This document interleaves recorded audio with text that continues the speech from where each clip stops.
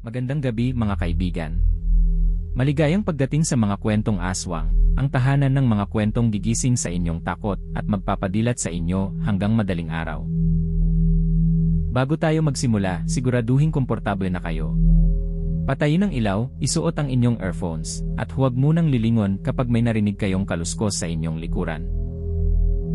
Kung mahilig kayo sa mga kwentong puno ng hiwaga, kababalaghan, at nakatatakot na aral, huwag kalimutang i-like ang video at mag-subscribe sa ating channel.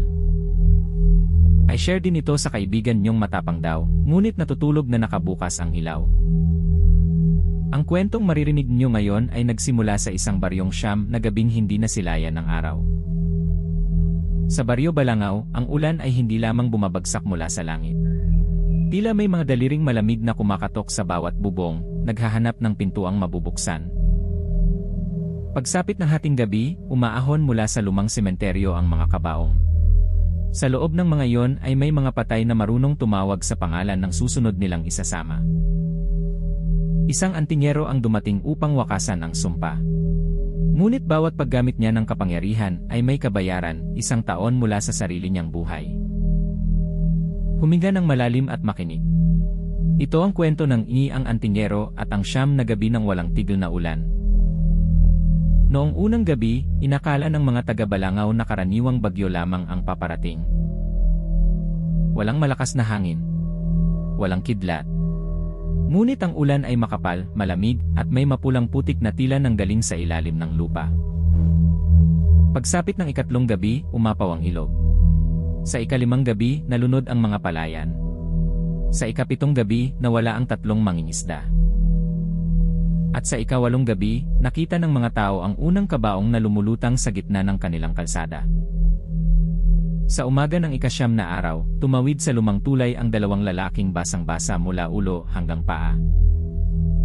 Habang tumatawid, may putlang kamay na sumunggab sa tsinelas ni Berto mula sa ilalim ng tulay.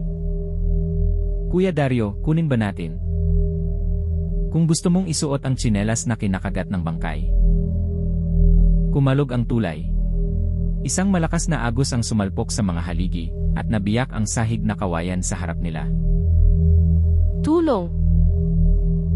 Sa kabilang dulo, isang batang babae ang nakahawak sa lubid habang kinakain ng tubig ang tulay sa ilalim ng kanyang mga paa. Berto, hawakan mo ang lubid na ito. Kahit ano ang makita mo, huwag mong bibitawan. Paano kung nakita ko ang mga ninuno ko? Sabihin mong mamaya na ang reunion. Itinali ni Dario ang lubid sa baywang, saka tumakbo sa gumuguhong tulay. Isang tabla ang nabiyak at bumaon ang matulis na kawayan sa kanyang binti. Hindi siya tumigil. Sinunggaban niya si Nena bago tuluyang matangay ang kinatatayuan nito. Mula sa ilog ay umangat ang 3 bangkay. Namamaga ang kanilang mga mukha, nakalawit ang mga dila, at may mga ugat na itim sa leeg. Dario. Kuya, kilala ka ng bangkay. Sikat ka na. Hindi ko ikinatutuwa ang tagahanga nilang walang pulso. Isinabit ni Dario si Nena sa balikat. Nang abuti ng isang bangkay ang kanyang bukong-bukong, sinipa niya ang panga nito. Kumalas ang panga at bumagsak sa tubig, ngunit patuloy na gumapang ang patay sa tulay gamit ang mga daliring pudpod hanggang buto. Hinugot ni Dario ang isang tansong palawit mula sa kanyang dibdib. Hugis araw iyon, at sa gitna ay may mga butil ng buhanging hindi nababasa. Sa ngalan ng unang liwanag, patuyuin ang hindi dapat bumangon. Nagliwanag ang palawit. Kumalat sa tulay ang init, mabilis na parang apoy ngunit walang minas. Natuyo ang laman ng mga bangkay. Pumutok ang kanilang balat, nabasag ang mga buto, at tinangay sila ng agos na parang mga tuyong sanga. Ngunit kasabay noon, isang hibla ng buhok ni Dario ang biglang namuti. Kuya Dario, may puti ka ng buhok. 1 taon. Anong 1 taon? Sa tuwing gagamitin ko ang agimat ng tuyong araw habang basa ito, kumukuha ito ng 1 taon mula sa buhay ko. Itabi mo na yan. Gumamit na lang tayo ng payong. Nakarating silang 3 sa baryo bago tuluyang bumagsak ang tulay. Sinalubong sila ng mga taong namumutla sa gutom at takot. Nena! Niyakap ni Mila ang kanyang nakababatang kapatid. Sa likuran niya ay nakatayo si Kapitan Ben, isang matandang lalaking may sugat na hugis bilog sa palad. Kayo ba ang antingerong ipinatawag ko? Ako si Dario. Ito si Berto. Katulong, tagapayo at tagatikim kung may laso ng pagkain. Huwag niyo siyang paniniwalaan sa pangalawa. Kung makapaghihintay ang biruan, baka maabutan pa nating buhay ang buong baryo.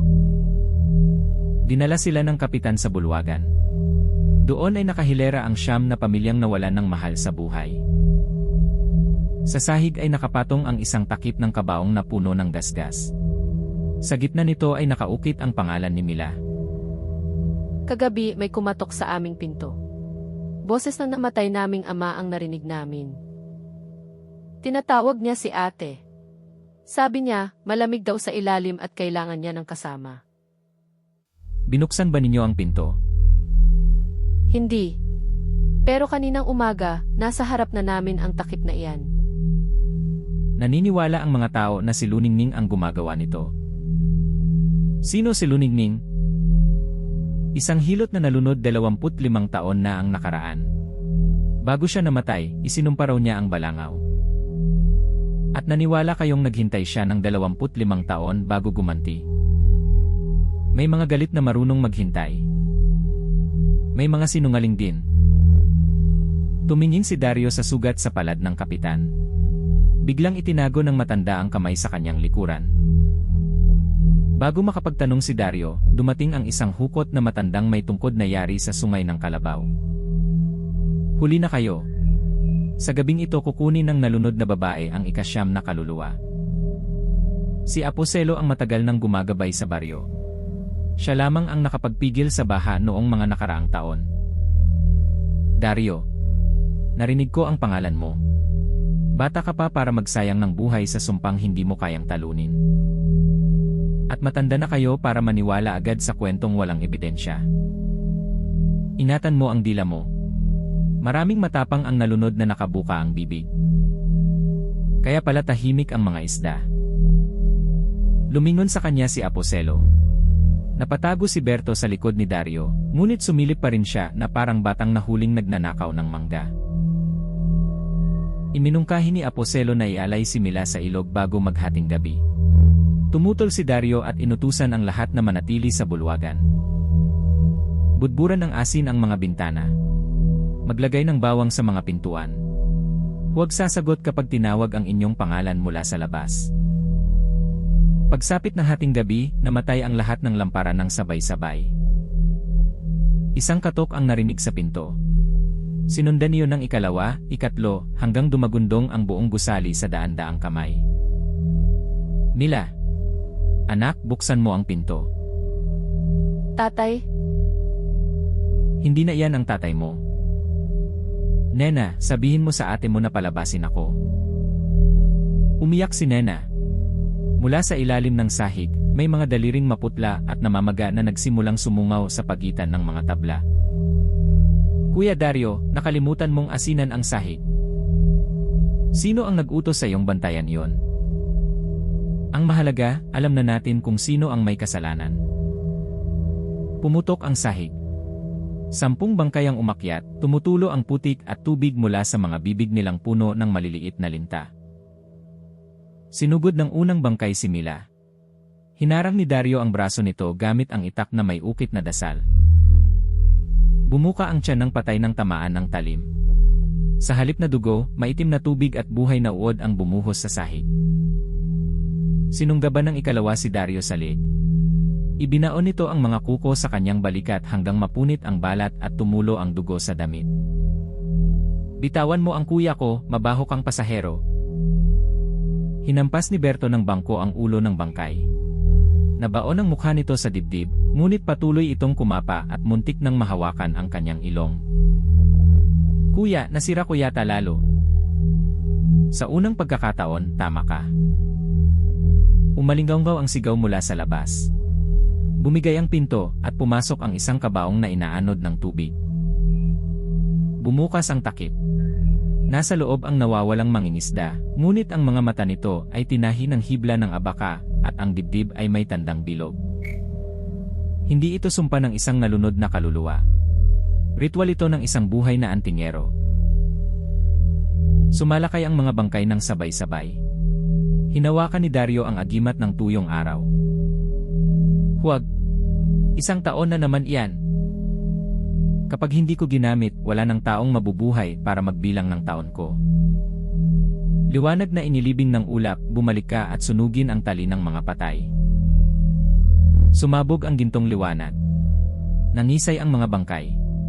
Ang kanilang basang laman ay kumulubot, natuklap, at naging abo sa loob lamang ng ilang tibok. Napaluhod si Dario.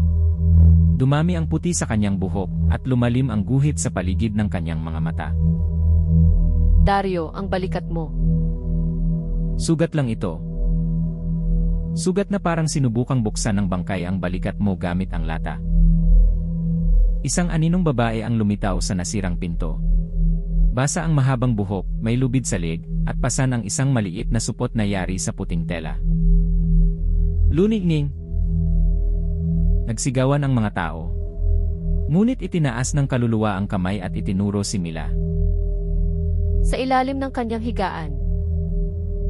Tumakbo si Berto sa silid ni Mila. Bumalik siyang may hawak na manikang putik na tinutusok ng siyam na kalawangin na pako. Ang manikang ito ang tumatawag sa mga patay. Kung ikaw ang salarin, bakit mo kami tinutulungan? Sapagkat ang kumuha sa buhay ko ay kukuha rin sa buong baryo. Hanapin ninyo ang mata sa ilalim ng mga puntod. Lumipad patungo kay Luningning ang isang sibat na itim. Tumagos iyon sa kanyang dibdib at naglaho ang kaluluwa sa usok. Sa labas, saglit na nakita ni Dario si Aposelo sa gitna ng ulan. Ngunit nang habulin niya, matandang puno lamang ang nadatnan niya. Siya ang nagpaalis kay Luningning. At alam niya kung saan nakatago ang gumagawa ng mga bangkay. Hindi maaari. Iniligtas kami ni Aposelo noon. O baka siya ang lumikha ng panganib para magmukhang tagapagligtas. Nang umaga, hindi pa rin lumiwanag ang langit. Habang nililinis ni Mila ang sugat ni Dario, nakita niyang mas marami pang lumang pilat ang antingero. Ilang taon na ang ibinayad mo sa agimat na iyan? Hindi ko na binibilang. Pinipili ko lamang kung sino ang kailangang maunang iligtas. Bago sila umalis, palihim na kinausap ni Kapitan Ben si Dario. Nanginginig ang matanda at hindi niya matingnan ang sementeryo. 25 taon na ang nakaraan, nagkaroon din ng siyam na gabing ulan. Sinabi ni Aposelo na kailangan ng isang buhay upang mapigil ang baha. Si Luningning ang tumutol dahil alam niyang kasinungalingan iyon. Ano ang ginawa ninyo? Ibinigay namin siya kay Aposelo. Itinali namin siya sa kampanaryo ng lumang kapilya habang pumapasok ang tubig. Narinig naming humingi siya ng tulong hanggang malubog ang kanyang bibig. Kinabukasan, tumigil ang ulan at bumata ang mukha ni Aposelo. Hindi niyo siya iniligtas. Natakot kami. At sa loob ng 25 taon, tinawag naming mangkukulam ang babaeng pinatay namin. Ang katahimikan niyo ang unang patak ng ulan na ito. May inilagay si Aposelo sa ilalim ng libingan niya. Isang nilalang na tinawag niyang mambubuno. Binigyan sila ng kapitan ng lumang susi ng kapilya at isang mapa ng lagusang nasa ilalim ng sementeryo. Pumasok sina Dario at Berto sa sementeryo bago magtakip silim. Ang mga puntod ay kalahati ng nakalubog at ang mga krus ay tila mga kamay na humihingi ng saklolo. Kuya, kung sakaling hindi tayo makabalik, gusto kong malaman mong itinuring kitang tunay na kapatid. May nakita ka bang nakakatakot? Wala. Naisip ko lang na baka makalimutan kong sabihin kapag mayroon na.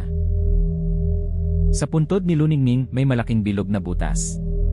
Sa ilalim nito ay naririnig ang tunog ng mabigat na paghinga. Ito ang matang sinasabi niya. Pasukan ito. Maaari bang bibig na lang? Mas gusto kong pumasok sa lugar na marunong ngumiti. Bumaba sila gamit ang lubid. Sa ilalim ay may lagusang puno ng putik, buto, at mga piraso ng kabaong. Sa magkabilang pader ay nakabaon ang mga mukhang tao. Gumagalaw ang kanilang mga bibig at paulit-ulit na binabanggit ang pangalan ni Berto. Biglang humaba ang isang brasong yari sa ugat at putik. Pumulupot iyon sa binti ni Berto at kinalagkad siya sa madilim na tubig. "Kuya!" Hinabol ni Dario ang kasama. Sa ilalim ng tubig ay namataan niya ang dambuhalang nilalang na may isang matang dilaw at bibig na pahaba hanggang dibdib. Ang mambubuno ay may balat na pinagtagpi-tagping laman ng mga bangkay. Ang mga ngipin nito ay mga butong pinatulis na parang kawit. Isang antingero. Ang puso mo ang pinakamasarap na kabayaran. Kumagat ito sa tagiliran ni Dario. Napunit ang kanyang damit at 4 na malalalim na sugat ang bumuka sa balat. Ibinaon ni Dario ang itak sa gilid ng bibig ng nilalang. Umagos ang malapot na dugong kulay lumot, ngunit lalo lamang humigpit ang hawak nito kay Berto. "Putulin mo ang braso." "Braso mo o braso niya? Bakit kailangan mo pang itanong?" Hinataw ni Dario ang ugat na nakapulupot kay Berto. Naputol iyon, ngunit may isa pang brasong sumulpot at pumalo sa dibdib niya. Tumama si Dario sa pader. Nabasag ang 2 tadyang niya at sandaling nawala ang hangin sa kanyang baga. "Ang matanda ang nagbigay sa akin ng mga patay. Ako ang nagbigay sa kanya ng mga taon." "Nasaan ang mga buto ni Luningning?" "Sa aking tiyan." Ang kanyang pagdurusa ang tanikala ng ulan. Bumuka ang tiyan ng mambubuno. Sa loob ay may mga tadyang at bungo na nakapulupot sa itim na ugat. Mula sa sugat ay lumabas ang maliliit na kamay ng mga patay. Hinawakan ng mga ito si Dario at hinila patungo sa nagdangalit na bibig. "Kuya, ito na yata ang nakakatakot na hinihintay ko kanina." Kinuha ni Berto ang supot ng asin at isinubo ang kalahati upang hindi matangay ng tubig ang laman. "Ano ang ginagawa mo?" "Hindi ko rin alam." Dinuraan ni Berto ng asin ang nag-iisang mata ng halimaw. Umusok ang mata at napasigaw ang mambubuno. Kumawala si Dario. Hiniwa niya ang tiyan ng nilalang mula pusod hanggang lalamunan. Bumuhos ang putik, bituka, mga linta, at buto. Ngunit nagsanib muli ang sugat na tila hinahabi ng mga ugat. Hindi ito mamamatay hanggat basa ang paligid. "Huwag mong gamitin ang agimat. Ilabas mo ang mga buto ni Luningning. Ako ang hahawak sa nilalang."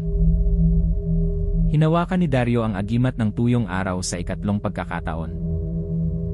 Araw na hindi kayang lunurin, singawin mo ang dagat sa laman ng halimaw na ito. Naging puti ang lagusan sa tindi ng liwanag. Kumulo ang tubig at nagsingawan ang putik sa balat ng mambubuno. Nagbitak ang katawan ng nilalang. Sa bawat bitak ay lumabas ang mga aninong matagal nitong nilamon. Ipinasok ni Berto ang kamay sa bukas na tiyan nito. Hinila niya ang supot na puti at ang mga butong nakatali sa itim na ugat. "Akin ang mga iyan." Sinunggaban nito si Berto at ibinaon ang kuko sa kanyang likod. Napunit ang balat mula balikat hanggang baywang. "Kuya Dario." Sinugod ni Dario ang halimaw. Ibinaon niya ang nagniningas na agimat sa nag-iisang mata nito. Sumabog ang mata. Kumalat sa tubig ang malapot na laman, at napunit ang ulo ng mambubuno sa gitna na parang bulok na bunga. Nanigas ang mga ugat. Ang dambuhalang katawan ay natuyo, gumuho, at naging bunton ng maruming buto. Nang mawala ang liwanag, bumagsak si Dario. Dumami ang puting buhok niya at ang mga kamay niya ay tila sa lalaking 10 taon ang tanda. "3 taon na ang kinuha sa'yo." Sulit iyon kung hindi na maninila ang mambubuno. Nakataka sila dala ang mga buto ni Luningning. Sa ibabaw, sinalubong sila ng mas malakas na ulan at ng balitang may 5 bahay nang nalunod. Sa bulwagan, nilinis ni Mila ang sugat ni Berto habang kinumprontang muli ni Dario si Kapitan Ben. Hindi sapat ang mga buto. May huling tanikala sa lumang kapilya. Ang kandila ng unang araw. Iyon ang sinindihan ni Luningning bago namin siya ibinigay kay Aposelo. Sinabi niyang kapag nasindihan iyon sa gitna ng tunay na pagsisisi, makikita ng lahat ang kasalanang pilit nilang itinago. Nasaan ang kandila? Sa altar ng kapilya. Ngunit lubog na ang lugar at doon naghihintay si Aposelo. Biglang pumasok si Aposelo sa bulwagan na walang patak ng ulan sa damit. Sa likuran niya ay nakahanay ang mga bangkay ng mga nawawalang mangingisda. Ibalik niyo sa akin ang mga buto. Kapag sumunod kayo, isa lamang ang kukunin ko ngayong gabi. Ilang buhay na ang kinuha mo? Sapat upang mabuhay ako ng mas mahaba kaysa sa alaala ng inyong mga lolo. Kaya bumabata ka tuwing may namamatay sa baha. Ang kamatayan ay tubig lamang. Dumadaloy iyon mula sa mahina patungo sa karapat-dapat. Hindi ka karapat-dapat. Uhaw ka lang. Itinukod ni Apocelo ang tungkod. Ang tubig sa loob ng bulwagan ay umangat at naging mga sibat. Tumagos ang isang sibat sa hita ni Dario. Ang isa ay sumugat sa pisngi ni Berto. Ang ikatlo ay sinalo ni Kapitan Ben sa dibdib. Tumakbo kayo sa kapilya. Ako ang nagbukas ng pinto sa sumpang ito. Ako ang magsasara ng daraanan niya. Niyakap ng kapitan ang tungkod ni Apocelo. Itinulak niya ang matanda palabas habang isinara ni Mila ang pinto. Sa labas, pinunit ng mga bangkay ang mga braso ni Kapitan Ben at ibinaon ang mga ngipin sa kanyang balikat. Hindi siya bumitaw. Sa huling lakas, sinigawan niya ang mga tao na aminin sa kanilang mga anak ang tunay na ginawa nila kay Luningning. Tinangay ng baha si Kapitan Ben kasama ang mga bangkay at si Apocelo. Ngunit alam ni Dario na hindi pa patay ang matandang antingero. Ipinagkatiwala ni Dario kina Mila ang mga sugatan. Siya at si Berto ay sumakay sa maliit na bangka patungo sa lumubog na kapilya. Kailangan kita. Ikaw lamang ang kayang gumawa ng maling bagay sa tamang oras. Salamat. Sandali, papuri ba yon? Sa gitna ng baha, sumulpot ang kaluluwa ni Luningning. Hindi na siya nakakatakot. Sa kanyang mga bisig ay may kargang anino ng isang batang babae. Ang anak kong si Tala. Kasama ko siyang nilunod ni Apocelo upang itali ang ulan sa aming mga buto. Paano namin sisindihan ang kandila? Ang apoy nito ay hindi kumakain ng langis. Kumakain ito ng kapangyarihang kusang isinusuko. Tumingin siya sa agimat ng tuyong araw. Naunawaan ni Dario ang ibig niyang sabihin. Kapag ibinigay mo ang agimat, hindi mo na ito maibabalik. Ang lahat na natitirang kapangyarihan mo ay mawawala. Kung hindi ko ibibigay, hindi matatapos ang 9 na gabi. Hindi nasisikat ang araw sa balangaw. May iba pang paraan. Lagi namang may lihim na pinto o ikatlong sagot sa mga palaisipan. May mga pintong pagbukas ay may kailangang maiwan sa kabilang panig. Naglaho si Luningning. Sa harap nila ay lumitaw ang kampanaryo ng kapilya, kalahating nakalubog sa rumaragasang tubig. Itinali nila ang bangka sa krus. Sumisid sila patungo sa bintanang nabasag at pumasok sa madilim na kapilya. Sa loob, ang mga bangko ay lumulutang sa kisam. Ang mga rebulto ay walang ulo, at ang altar ay napaliligiran ng mga bangkay na nakaluhod. Sa gitna ng altar ay naroon ang isang puting kandila. Kahit nakalubog, tuyo ang mitsa nito. Dumating ka rin, Dario. Umahon si Apocelo mula sa likod ng altar. Wala na ang kanyang anyong hukot. Naging binatang matipuno ang katawan niya, ngunit ang balat ay puno ng gumagalaw na mukha. Ang mambubuno ay alaga lamang. Ako ang ilog na pinagmumula ng lahat ng iyong kinatatakutan. Ilog ka lang ng mga buhay na ninakaw mo. Kumilos si Apocelo ng mabilis. Sinuntok niya si Dario sa tiyan, at narinig ni Berto ang pagkalutong ng nabasag na tadyang. Tumama si Dario sa haligi. Sumuka siya ng dugo, ngunit naisalag ang tungkod na nakatutok sa kanyang lalamunan. Hiniwa niya ng itak ang mukha ni Apocelo. Nahati ang pisngi nito hanggang tainga, ngunit nagsara agad ang sugat habang may kaluluwang sumisigaw sa ilalim ng balat. Bawat patak ng ulan ay laman ko. Bawat bangkay ay bagong hininga ko. Kaya pala pangit ka pa rin kahit napakarami mong buhay. Ibinato ni Berto ang isang basag na rebulto sa ulo ni Apocelo, saka inagaw ang kandila mula sa altar. Hinabol siya ng mga nakaluhod na bangkay. Kinagat ng isa ang kanyang binti, ngunit sinaksak niya ng kandila ang mata nito at sinipa hanggang mabali ang leeg. Kuya Dario, bilisan mo. Hindi magandang sandata ang kandila. Pumulupot ang tubig sa katawan ni Dario. Piniga siya nito hanggang bumuka ang mga sugat sa tagiliran at balikat. Gamitin mo ang agimat. Iligtas mo ang kaibigan mo. 1 taon lang naman ang kapalit. Gusto mong ubusin ko ang buhay ko para maging iyo ang agimat. Lahat ng bayani ay pareho. Kapag pinapili sa kapangyarihan at tao, nagpapanggap silang pipiliin ang tao. Ngunit sa huli, takot silang maging ordinaryo. Itinaas ni Aposelo ang kamay. Umangat si Berto at ibinagsak sa altar. Bumaon sa tagiliran niya ang naputol na kahoy. Huwag mong ibigay ang agimat. Kaya ko pa. Sinubukan niyang tumayo, ngunit nanghina ang kanyang binti at bumagsak siya sa sariling dugo. Kinuha ni Dario ang agimat ng tuyong araw. Sa halip na bigkasin ng dasal, pinunit niya ang tali nito sa kanyang leeg. Tama ka, Aposelo. Takot akong maging ordinaryo. Ngunit mas nakakatakot ang mabuhay ng matagal kung ang kapalit ay pabayaan kong mamatay ang ibang tao. Ibinato ni Dario ang agimat kay Berto. Basagin mo sa mitsa. Paano? Gawin mo ang pinakamagaling mong gawin. Magkamali? Ayon ka tumama.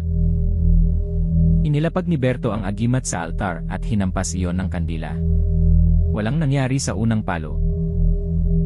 Sa ikalawa, nagkaroon ng bitak ang tansong araw. Sa ikatlo, sumabog ang palawit at kumalat ang buhanging kumikinang.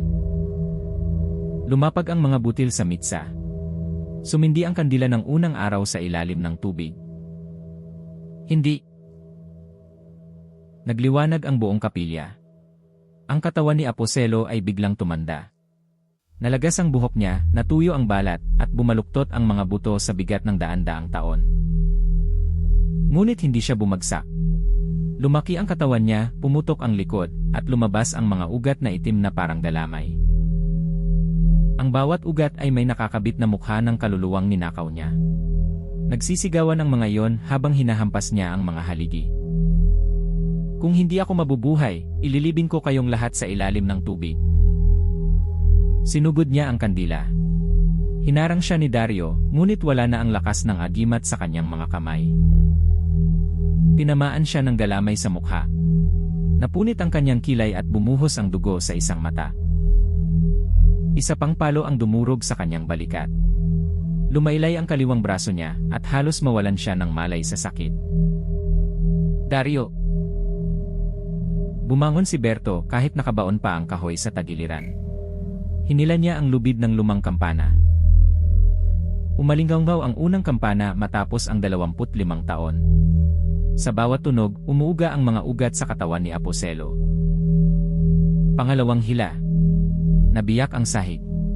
Pangatlong hila. Lumitaw ang mga kaluluwa ng mga nalunod sa paligid ng altar. Selo, panahon nang ibalik mo ang mga buhay na ninakaw mo. Lumitaw si Lunining kasama si Tala. Hinawakan nila ang pinakamalaking ugat sa dibdib ni Aposelo. Sumunod ang mga kaluluwa ng mga mangingisda, matatanda, bata, at mga dayuhang matagal nang nawala sa ilog. Ako ang nagbigay sa inyo ng buhay. Hindi mo kami binigyan. Inagaw mo kami. Sabay-sabay nilang hinila ang mga ugat. Napunit ang dibdib ni Aposelo at lumabas ang pusong kulay itim, nababalutan ng mga lintang may mukha ng tao. Sinunggaban ni Dario ang itak. Sa natitirang lakas, ibinaon niya iyon sa puso ng matandang antingero. Ito ang huling taon mo. Hiniwa niya ang puso. Pumutok iyon at bumuhos ang maitim na dugo na mabilis na naging abo sa liwanag ng kandila. Napunit ang katawan ni Aposelo habang lumalabas ang mga kaluluwa. Ang kanyang balat ay kumupas, ang mga buto ay nadurog, at ang bibig ay naiwan na nakanganga sa isang sigaw na walang tunog. Nang mawala ang huling ugat, gumuho siya sa sahig bilang bunto ng basang abo at kalawangin na anting-anting. Ngunit bumagsak din ang kampanaryo. Nabiyak ang pader at pumasok ang rumaragasang baha sa kapilya. Berto, dalhin mo ang kandila sa labas. Hindi kita iiwan. Wala na akong agimat pero may mga kamay pa ako. CJ. Itinulak ni Dario ang nahulog na haligi upang mabuksan ang bintana. Sumigaw siya sa sakit habang gumagalaw ang durog niyang balikat. Dumaan si Berto sa siwang, hawak ang kandila sa isang kamay. Hinilan niya si Dario bago tuluyang gumuho ang altar. Magkasama silang lumutang palabas. Sa likuran nila, lumubog ang kapilya at tumunog ang kampana sa huling pagkakataon. Paglabas nila sa tubig, biglang nawala ang ulan. Sa unang pagkakataon matapos ang 9 na gabi, binutas ng sinag ng araw ang makapal na ulap. Kuya Dario, hindi na umuulan. At wala na rin ang agimat ko. Hindi mo kailangan yon para maging antingero. Kung wala ang kapangyarihan, ano ako? Iyong taong nagligtas sa akin kahit napakabigat ko. At huwag mong sabihin hindi ako mabigat. Nasaktan na ako ngayong araw. Napatawa si Dario. Mahina, masakit, ngunit tunay. Noon niya naunawaang ang lakas niya ay hindi kailanman nagmula sa tansong palawit. Sa Pampang, sinalubong sila ni Mila at Nena. Buhay ang karamihan sa mga taga-baryo, ngunit marami ang nawalan ng bahay at mahal sa buhay. Inilibing nila ng maayos ang mga buto ni Luningning at tala sa burol na unang nasikatan ng araw. Sa harap ng lahat, inamin ng matatandang taga-Balangaw ang kanilang ginawa. Ipinangako nilang hindi na nila tatawaging halimaw ang biktimang kanilang tinalikuran. Mananatili ba kayo rito? Hanggang gumaling si Berto. Maaaring matagalan yon. Pakiramdam ko kailangan ko ng 6 na buwan, 3 litson, at isang malambot na higaan. Sabi ni ate, 2 araw lang ang sugat mo. Mabilis gumaling ang sugat. Ang takot ko, maselan. Bago tuluyang sumikat ang araw, muling nagpakita si Luningning kay Dario sa tabi ng ilog. Wala na ang kapangyarihan ng iyong agimat, ngunit hindi lahat ng pinto ay nagsara. May darating pa bang panganib? Habang may taong ginagamit ang takot ng iba upang lumakas, laging may panganib. Ngunit ngayon, alam mo nang ang pinakamalakas na sandata ay hindi ang agimat na ayaw mong mawala. Ito ang sarili mong handang isuko para sa tama. Ngumiti si Luningning. Hinawakan niya ang kamay ni Tala at magkasama silang naglaho sa gintong liwanag ng umaga. Makalipas ang ilang linggo, muling nagtanim ang mga taga-Balangaw. Ginawa nilang paaralan ang dating bahay ni Apo Selo at sinunog ang lahat ng kanyang itim na aklat. Si Dario ay nanatiling karaniwang tao. Hindi na niya kayang magpaapoy gamit ang dasal, magpatuyo ng baha, o makakita ng mga nilalang sa dilim. Ngunit ipinagpatuloy niya ang paglalakbay kasama si Berto. Itak, kaalaman, at tapang na lamang ang dala niya.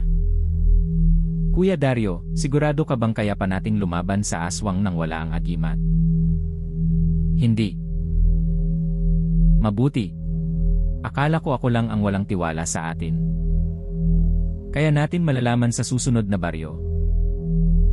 At sa kanilang pag-alis, may isang maliit na butil ng gintong buhangin na kumislap sa dating kinalalagyan ng agimat sa dibdib ni Dario. Maaaring nawala ang kanyang kapangyarihan.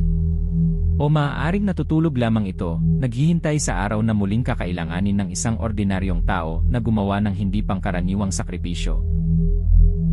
Dito nagtatapos ang kwento ng ang Antingero at ang 9 na gabi ng walang tigil na ulan. Mga kaibigan, tandaan natin, ang kasalanang itinatago ay hindi nawawala. Para itong tubig sa likod ng isang marupok na pader, naiipon, bumibigat, at sa huli ay rumaragasa pabalik sa mga nagtangkang ikulong ito. Ang takot ng marami ay madaling gawing sandata ng mga taong sakim sa kapangyarihan. Kaya huwag nating ipagkatiwala ang ating budhi sa sinumang humihingi ng inosenteng buhay kapalit ng kaligtasan. Hindi rin nasusukat ang kabayanihan sa lakas ng agimat, talim ng sandata, o dami ng natalong halimaw. Nasusukat ito sa kakayahang piliin ang kapakanan ng iba, kahit may mahalagang bagay tayong kailangang mawala. Huwag manahimik kapag may inaapi. Huwag siraan ang biktima upang pagtakpan ang ating pagkukulang. At huwag hayaang ang maling ginawa ng nakaraan ang maging sumpa ng susunod na salinlahi. Kung nagustuhan niyo ang kwentong ito, huwag kalimutang i-like ang video, mag-subscribe, at pindutin ang notification bell para sa susunod nating kwentong kababalaghan. I-share din ito sa kaibigan niyong mahilig makinig habang umuulan. Ngunit bago kayo matulog, makinig muna sa bubong. Sapagkat kung 9 na gabi nang umuulan sa inyong lugar, at may kumatok sa pinto na boses ng isang taong matagal ng patay, huwag kayong sasagot. Baka hindi baha ang naghihintay sa labas. Baka may isang matandang antinyero na naghahanap na naman ng panibagong taon na idaragdag sa kanyang buhay. Magandang gabi mga kaibigan. Hanggang sa susunod na kwento, at sana, sa inyong pagmulat bukas, sumikat pa rin ang araw.